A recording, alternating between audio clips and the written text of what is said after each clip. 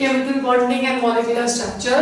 This is our chapter number 4 of class 11. ठीक है, अब इसमें जो सबसे पहला एक क्वेश्चन आता है जो कि मैं always I think of कि कोई भी अगर दो लोग हैं या तीन लोग हैं या चार लोग हैं वो आपस में फ्रेंड्स क्यों बनते हैं? Why do they become friends? One, we can say that they like each other. अब वो एक दूसरे में क्या लाइक करते हैं? Probably the properties of each other, characteristics of each other, nature of each other. ठीक है, एक रीजन तो ये हो सकता है कि दो लोग हैं वो मिले, उन दोनों को वो एक दूसरे को पसंद आए और वो दोस्त बन गए. ठीक है, दूसरा एक और रीजन भी हो सकता है जिसको हम लोग सेल्फिश मोटिव बुलाते हैं कि जो इंटेलिजेंट स्टूडेंट है बहुत ज्यादा क्लास का उसके साथ दोस्त बनना चाहते हैं, बट वो इंटेलिजेंस जो उसकी है वो उसके सिर चढ़ के नहीं बोलनी चाहिए, तब नहीं बनेंगे लोग फ्रेंड्स. वो क्यों उसके साथ फ्रेंड्स बन रहे हैं? ताकि वो उससे नॉलेज गेन कर सके. So that is a selfish reason. Bond over here becomes और it is known as what? Bonding means attraction between two different people. That is bonding, right? अब बॉन्डिंग सेम के बीच में हो सकती है. अगर दो कोई लोग हैं उनकी नेचर सेम है, कंपैटिबिलिटी ज्यादा है, तब भी वो फ्रेंड्स बन सकते हैं. या दोनों की नेचर में कुछ कुछ फर्क है और वो एक दूसरे से कुछ ना कुछ गेन कर रहे हैं, तब भी वो फ्रेंड्स बन सकते हैं. So the same thing is happening in atoms. When we talking of atoms, हमारे पास जो एक क्वेश्चन आता है दैट इज कि व्हाई डू एटम्स कंबाइन? क्या जरूरत पड़ी है एटम्स को कंबाइन करने के लिए? क्यों वो एग्जिस्ट नहीं कर सकते अपने आप से एज इंडिविजुअल्स? ठीक है, तो उसके लिए डेल्टन ने क्या बोला था कि atoms they are the smallest particles और the smallest entities of any matter which may or may not have independent existence. So कुछ एटम्स हैं जिनको मॉलिक्यूल्स बनाने की जरूरत नहीं, जैसे कि इनर्ट गैसेस हो गए, पर ऑलमोस्ट फिर भी सारे एटम्स हैं जो कि फ्री स्टेट में एग्जिस्ट नहीं करते, उनको मॉलिक्यूल्स बनाने की जरूरत होती है. So the question which we are going to deal with in this chapter is कि why do atoms combine to form molecules? Number 1. Number 2, क्यों सिर्फ सर्टेन एलिमेंट्स ही कंबाइन करते हैं? Why only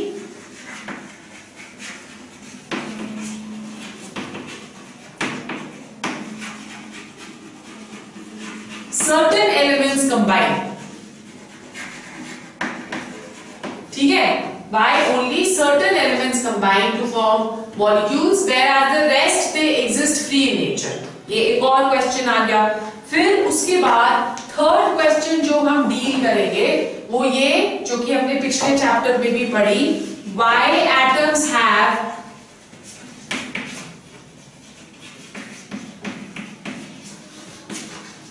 fixed valency.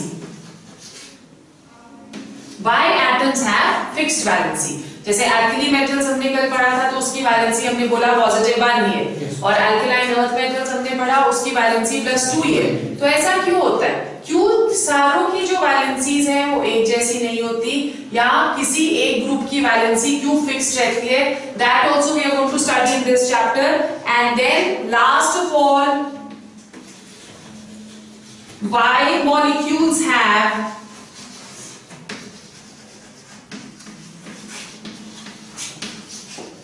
specific shapes, right? कुछ molecules जो होते हैं जैसे जो कोवलेंटली मॉलिक्यूल्स होंगे वो पढ़ेंगे हम, उनकी एक फिक्स्ड शेप होती है. कुछ मॉलिक्यूल्स लीनियर हैं, कुछ बेंट है, कुछ पिरामिडल है, कुछ स्क्वायर प्लानर है, तो सबकी शेप्स अलग अलग होती है.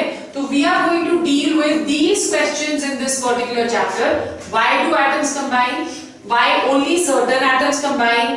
Why atoms have a fixed valency and why molecules they have specific shape? So let's answer the questions one by one. Let's go on to the first question we have written over here. Why atoms combine? For the combination of atoms, there was a rule which was proposed.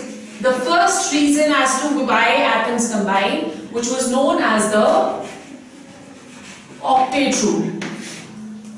ठीक है, अब according to this rule, there were two scientists by the name of Cossel and Lewis. दो scientist थे जिन्होंने सबसे पहले हमें इसके बारे में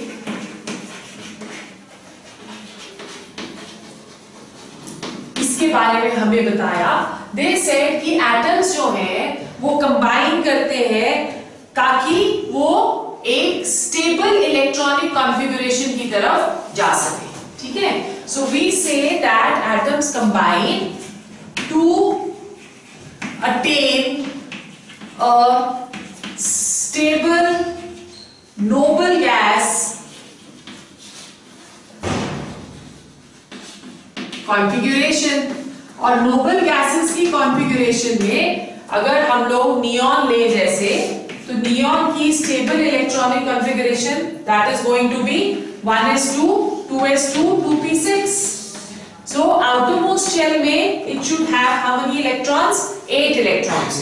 For any noble gas configuration, it was said that the valence shell had how many electrons?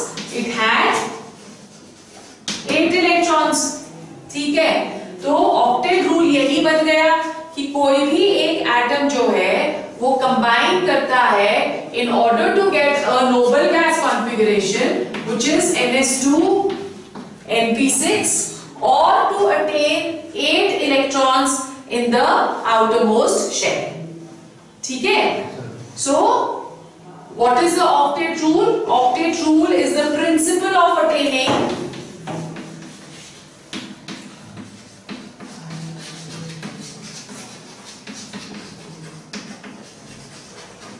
principle of attaining 8 electrons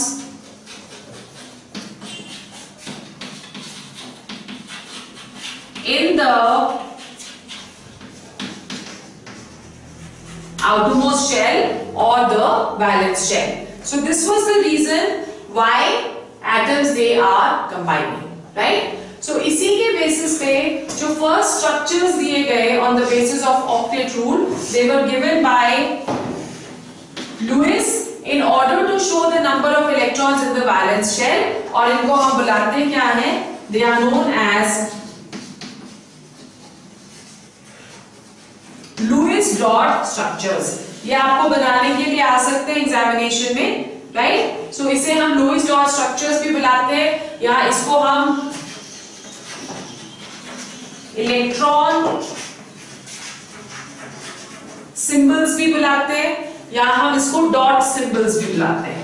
dots जो यहाँ पे रिप्रेजेंट हम करेंगे, they are going to represent the outermost electron और the valence electrons.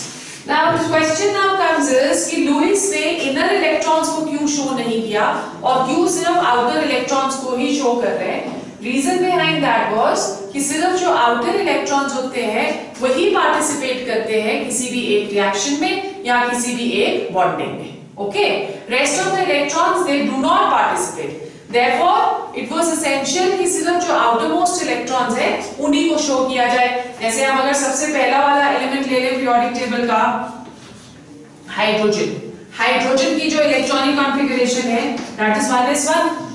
So outermost में 1 electron ही है, so इसको हम शो कर सकते हैं by putting only 1 dot, right?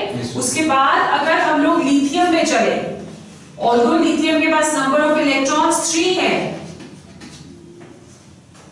but again we are only going to represent the outermost electron। तो lithium का जो electron dot structure या Lewis dot structure है, that is again 1 electron on lithium। क्योंकि inner electrons को हम show नहीं कर रहे हैं, हम सिर्फ outer electrons को show कर रहे हैं। ठीक है, same is the case with sodium। Electronic configuration 1s2 2s2 2p6 3s1। So again जब इसका भी हम Lewis dot structure draw करेंगे तो इसके पास भी outermost में सिर्फ एक ही इलेक्ट्रॉन होगा, right? Similarly, if we are taking into account beryllium,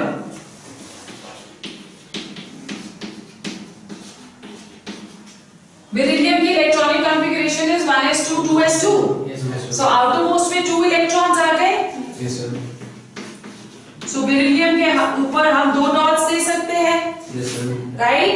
calcium के साथ भी सेम है, outermost में it will also have only 2 electrons because it belongs to the same family of alkaline earth metals.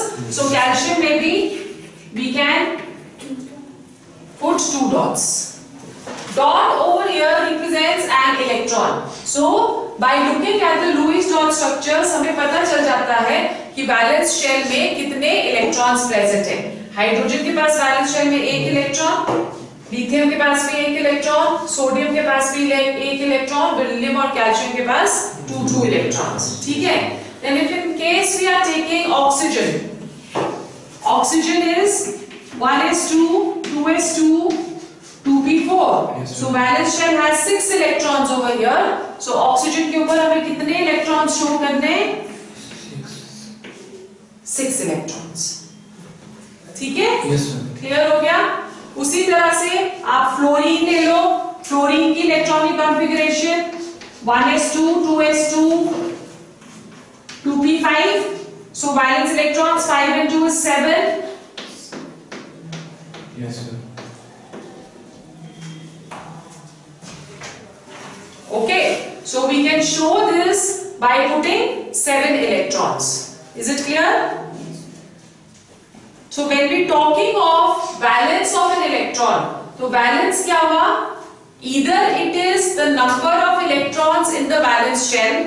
जैसे for example, अगर हम valency hydrogen की लेते हैं, तो उसके पास 1 इलेक्ट्रॉन है outermost shell में. Yes, sir. ठीक है? So इसका वैलेंस कितना हो गया? It is going to be equal to 1.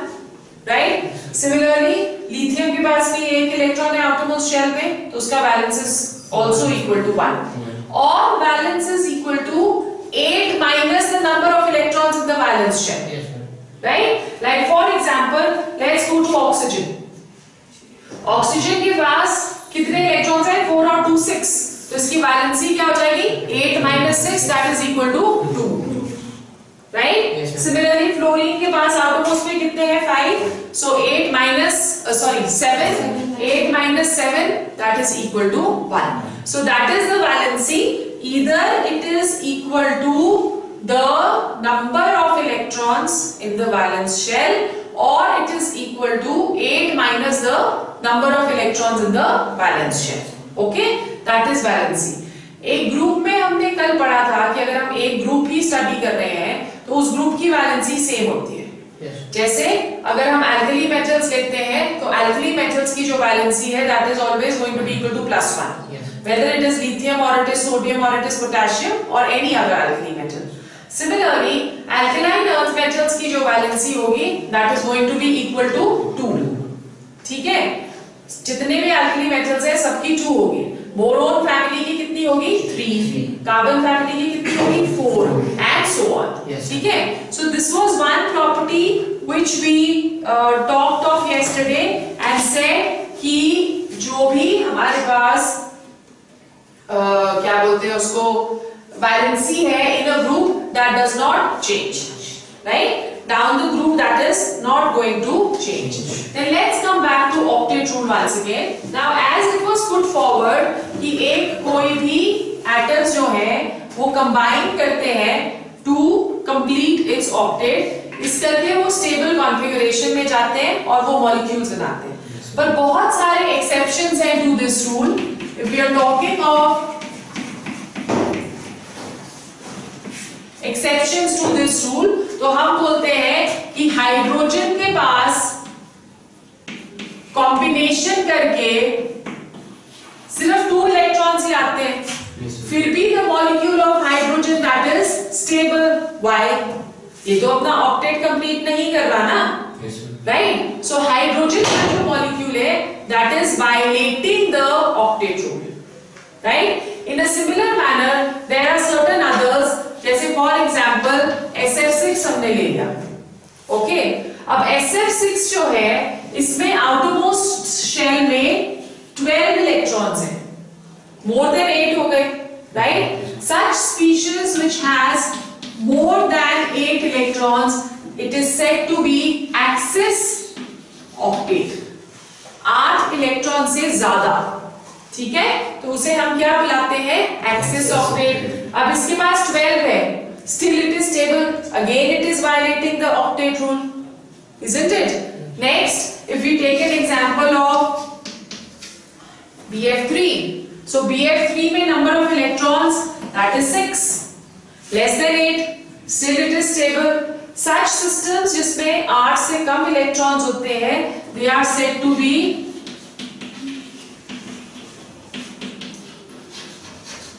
deficient octet.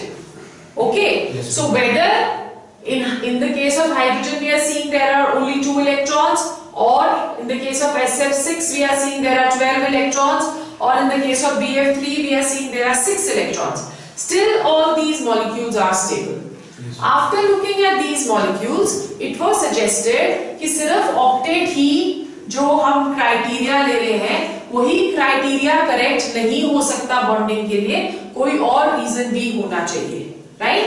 So now to look at other reason, the second reason which was suggested, that was the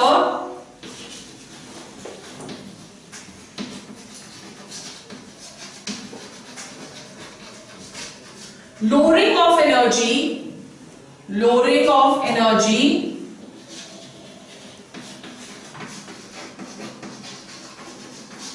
due to formation of bond,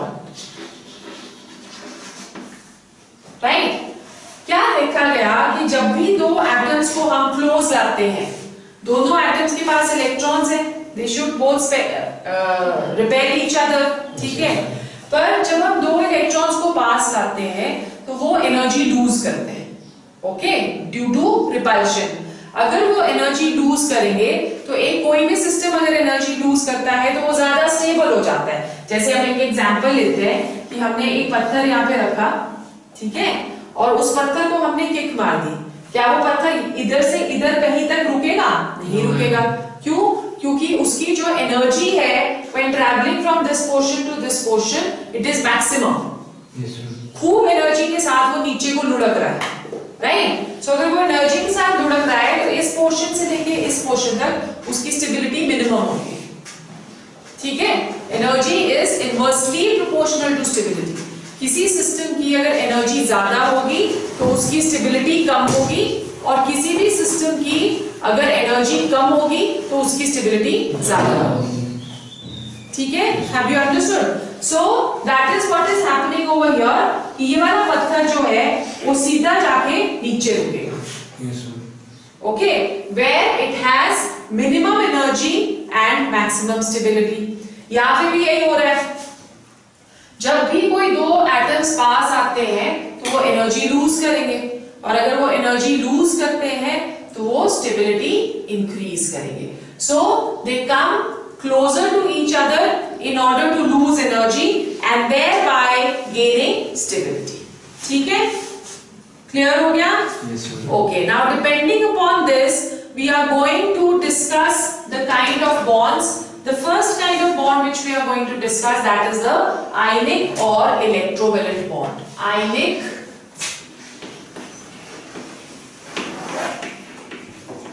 or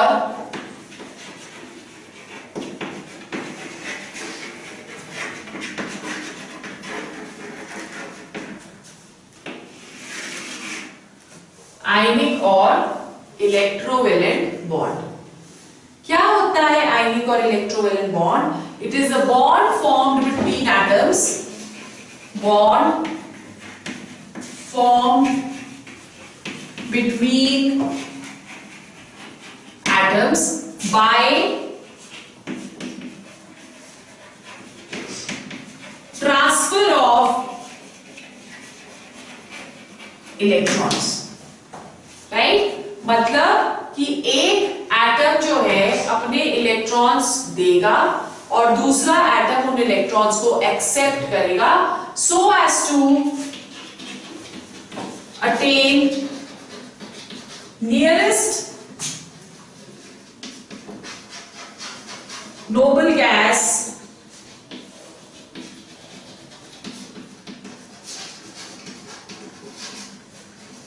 configuration, right? So as to attain the nearest noble gas configuration, that is what ionic bond is.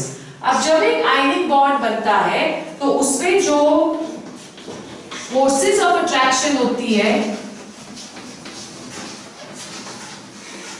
they are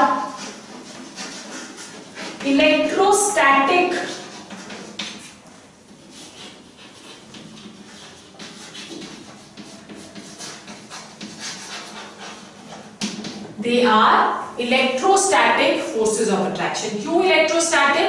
Because दो different kind of ions इसमें बनेंगे. One is positively charged ion and the other one is negatively charged ion.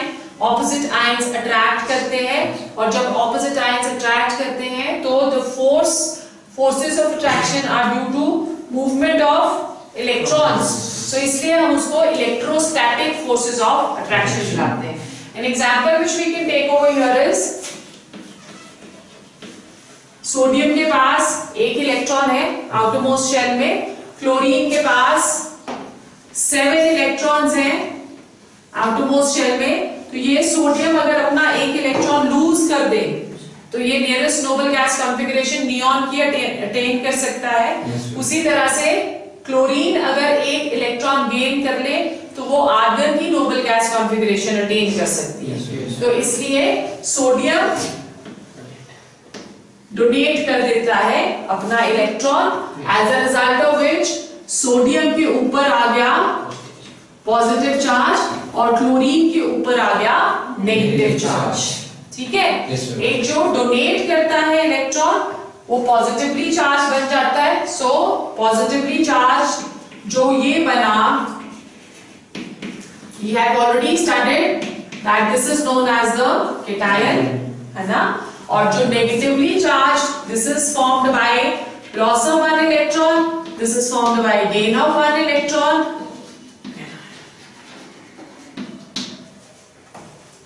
So this is known as the anion. ठीक है.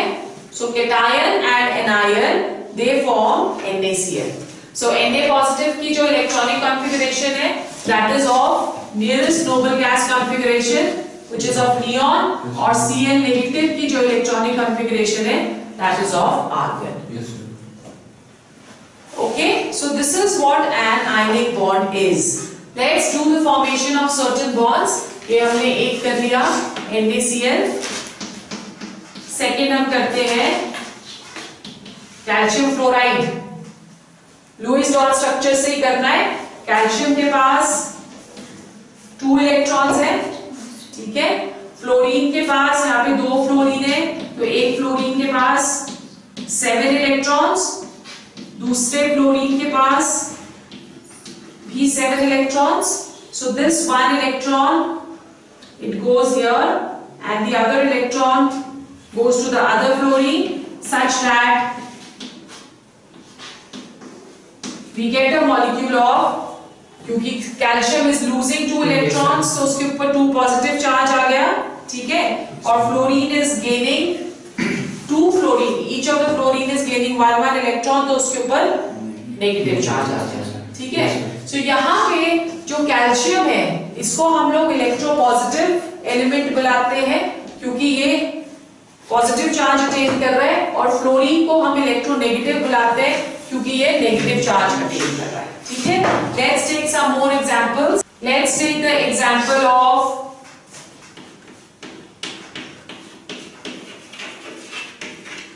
Magnesium oxide.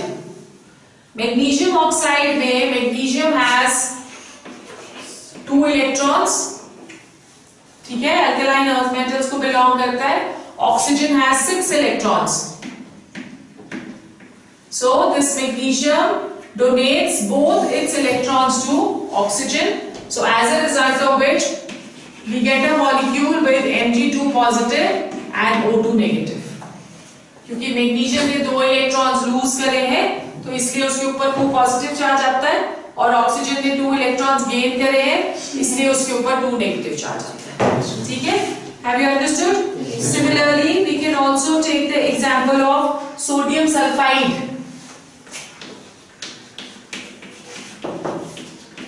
Sodium sulfide, which is Na2S. Okay. अब यहाँ पे sodium के पास 2 sodium है. Both will have 1 electron in the valence shell. Sulphur के पास 6 electrons हैं. So ये वाला सोडियम भी अपना इलेक्ट्रॉन इसको देता है और ये वाला सोडियम भी अपना इलेक्ट्रॉन इसको दे देगा। As a result we get a molecule and H2 negative. ठीक है, so this is how ionic bond is formed, right. अब let's go on to the formation of ionic bond. Formation of ionic bond, how an ionic bond is formed.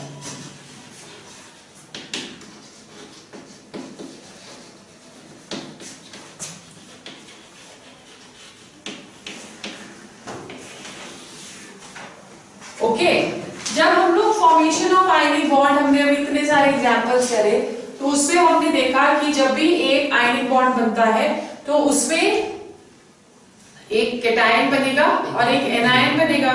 सो इसका मतलब जब भी हम एक ionic bond बनाते हैं तो it should depend upon the ease with which cation is formed, या the ease with which an element loses electrons। ठीक है, क्लियर हो गया।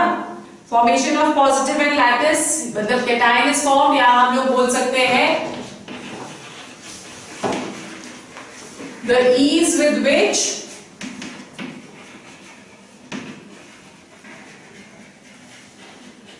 Anion is formed. जितनी इजीली कैटायंस और एनायंस बनेंगे उतनी ही इजीली वो कंबाइन करेंगे, है ना, और कंबाइन करके वो क्या बनाएंगे फिर क्रिस्टल लैटिस। क्रिस्टल लैटिस क्या होता है कि जितने भी आयनिक कंपाउंड्स होते हैं they all are present in the form of crystals, right. कोई लंबे क्रिस्टल्स, कोई स्क्वायर क्यूब क्रिस्टल्स, कोई डिफरेंट शेप्स के वो क्रिस्टल्स बनाते हैं। तो क्रिस्टल्स कब बनते हैं, जब यहाँ पे कैटायन बन गया, यहाँ पे एनायन बन गया। अब ये कैटायन और एनायन एक दूसरे के पास आएंगे और वो एक स्ट्रक्चर बनाएंगे। उस स्ट्रक्चर को हम क्या बुलाते हैं, लैटिस। ठीक है, सो थर्ड किसके ऊपर डिपेंड करता है, the arrangement of positive and negative ions.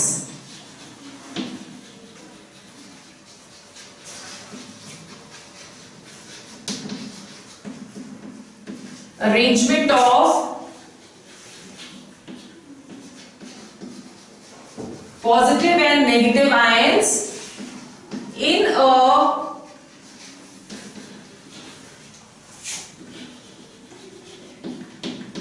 crystal lattice. That is, these are the three criteria या three steps for the formation of ionic bond. So let's understand these by using the factors on which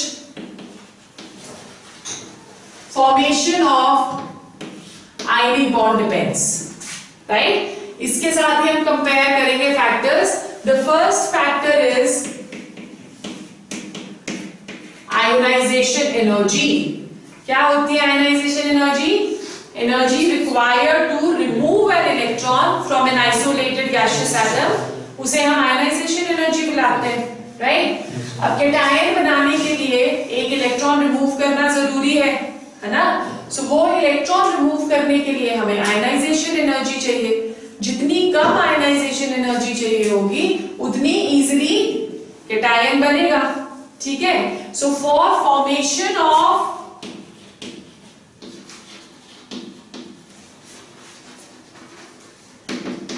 cation ionization energy is required,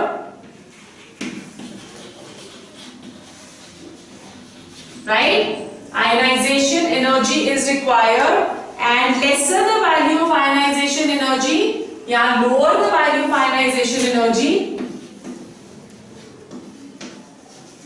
low value of ionization energy facilitates the formation of cation, right? So किसी भी एक cation को form करने के लिए हमें ionization energy जो है वो कम चाहिए, लो, राइट। सिमिलरली एनायन बनाने के लिए इलेक्ट्रॉन गेन एंथैल्पी चाहिए या इलेक्ट्रॉन एफिनिटी। क्या होती है electron gain enthalpy?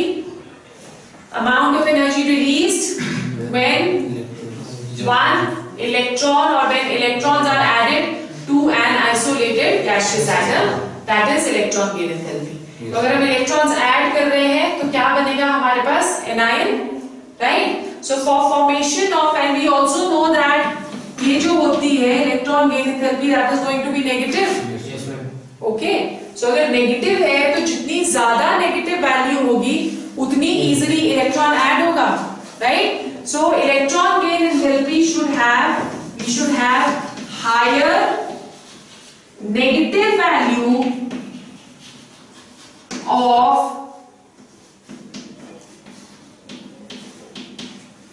electron gain enthalpy. Higher negative value of electron gain enthalpy. ठीक है, अब कैटायन बन गए हमारे पास with low ionization energy, एनायन बन गए with high electron gain enthalpy. इन दोनों को अब कंबाइन करना है तो थर्ड जो है दैट इज लैटिस एनर्जी। क्या होती है लैटिस एनर्जी? लिखो, amount of energy released, amount of energy released when 1 mole of cations combine with 1 mole of anions, 1 mole of cations combined with 1 mole of anions to form a crystal lattice. ये जो lattice enthalpy होती है इसको हम denote करते हैं bye U, ठीक है। अब जैसे इलेक्ट्रॉन गेन एंथैल्पी नेगेटिव में है वैसे ही लैटिस एनर्जी जो है that is also negative. Okay, so negative जितनी हायर वैल्यू, नेगेटिव का मतलब क्या होता है कि सिस्टम से एनर्जी निकल रही है, right.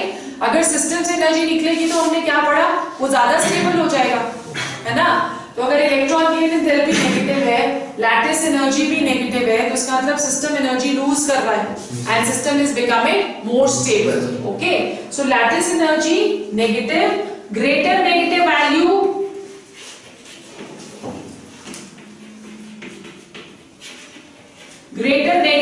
of lattice energy, more stable is the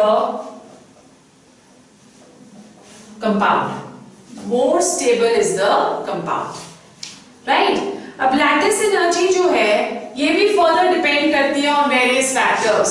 We have understood that for formation of a stable compound, the value of lattice energy should be negative, है ना? So lattice energy भी further depend करती है factors on which lattice energy depends. First factor जिसके ऊपर lattice energy depend करेगी that is the size of the ions.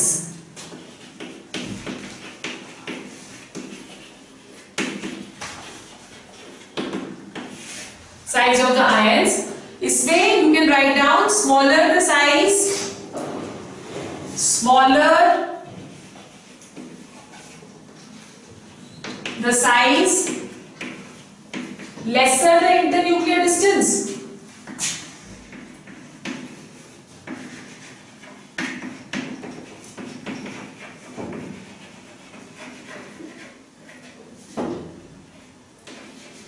Smaller the size, lesser the internuclear distance, और अगर internuclear distance ज्यादा होगा तो लैटिस एंथैल्पी जो होगी ज्यादा नेगेटिव होगी, ठीक है। So larger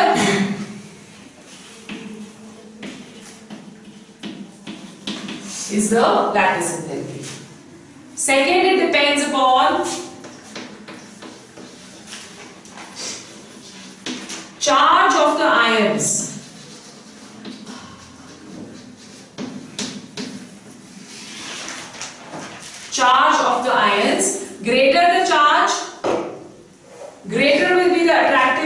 forces.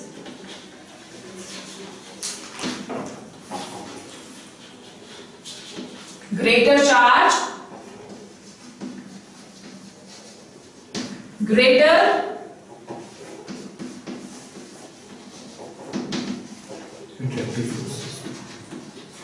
attractive forces,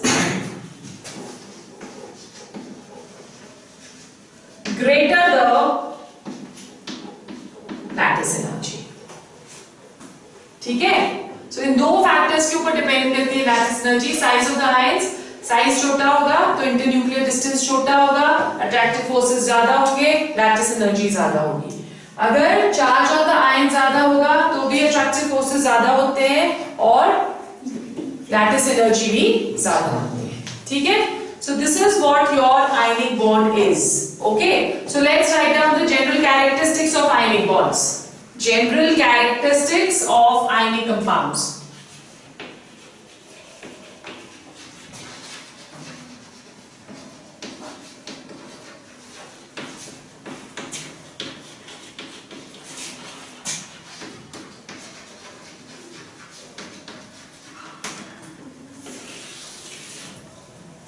When we talking of characteristics of ionic compounds, तो इसमें आप फर्स्ट लिखो, ionic compounds usually exist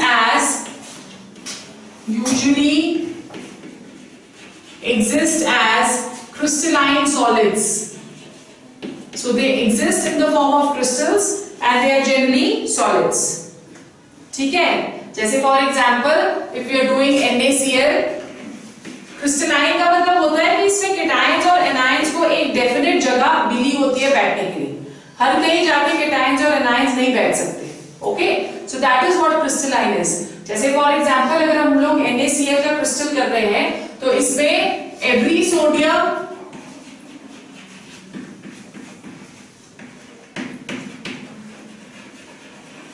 is surrounded by 6 chloride ions. ठीक है, every sodium ion is surrounded by 6 chloride ions. Okay, अब जो sodium को surround करता है नंबर, उसे हम क्या बुलाते हैं? That is known as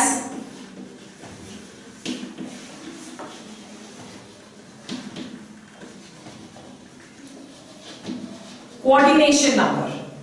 coordination number क्या हुआ कि अगर सेंट्रल एक आयन है और उसको जितने आयन सराउंड कर रहे हैं और टच कर रहे हैं उसको हम लोग कोऑर्डिनेशन नंबर बुलाते हैं. तो यहाँ पे हम बोल रहे हैं कि सोडियम को कितने क्लोराइड के आयन टच कर रहे हैं? 6. सो सोडियम का कोऑर्डिनेशन नंबर यहाँ पे क्या होगा? 6. Okay, similarly every chloride ion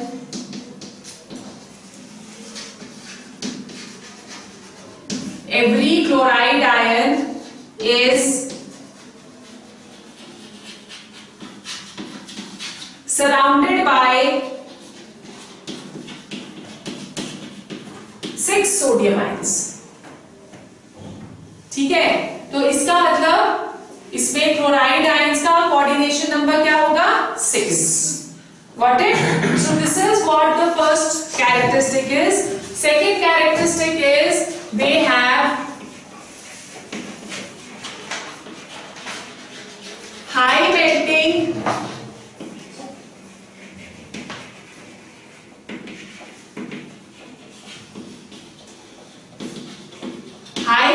and boiling points. Okay, क्यों high melting and boiling points है? Because of electrostatic forces of attraction.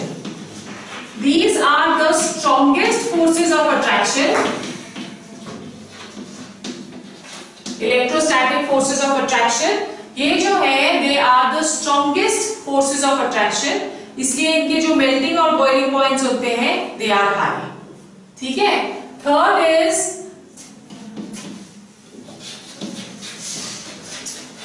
all ionic compounds are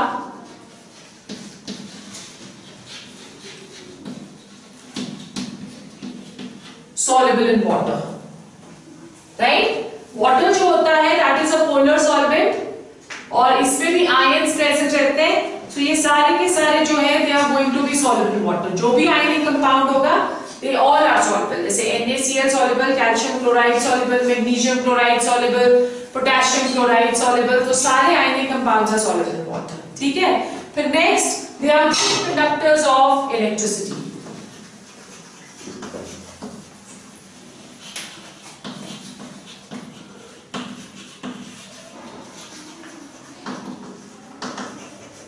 They are good conductors of electricity. Right? अब क्या होता है कि electricity is conducted either by movement of electrons. अगर electrons move कर रहे हैं तो वो electricity conduct करते हैं, या electricity is conducted by movement of ions. Right? तो अगर हम लोग ionic कोई भी compound लेते हैं तो उसमें ions होते हैं. वो ions move करेंगे सिर्फ अगर वो melted form में है या वो aqueous form में है.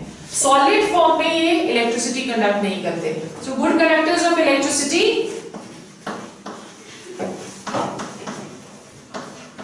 इन मोल्टन और aqueous state. ठीक है? They do not conduct electricity in the solids. Okay? Yes, so they are conducting electricity because they have ions which move and they carry electricity. Yes, right? Then the last is they have ionic reactions.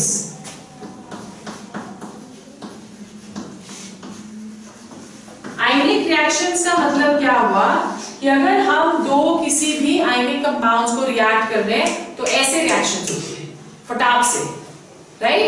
Why? Because दोनों के ions एकदम से अलग-अलग हो जाते हैं और नए ions बना के नए compounds बन जाते हैं.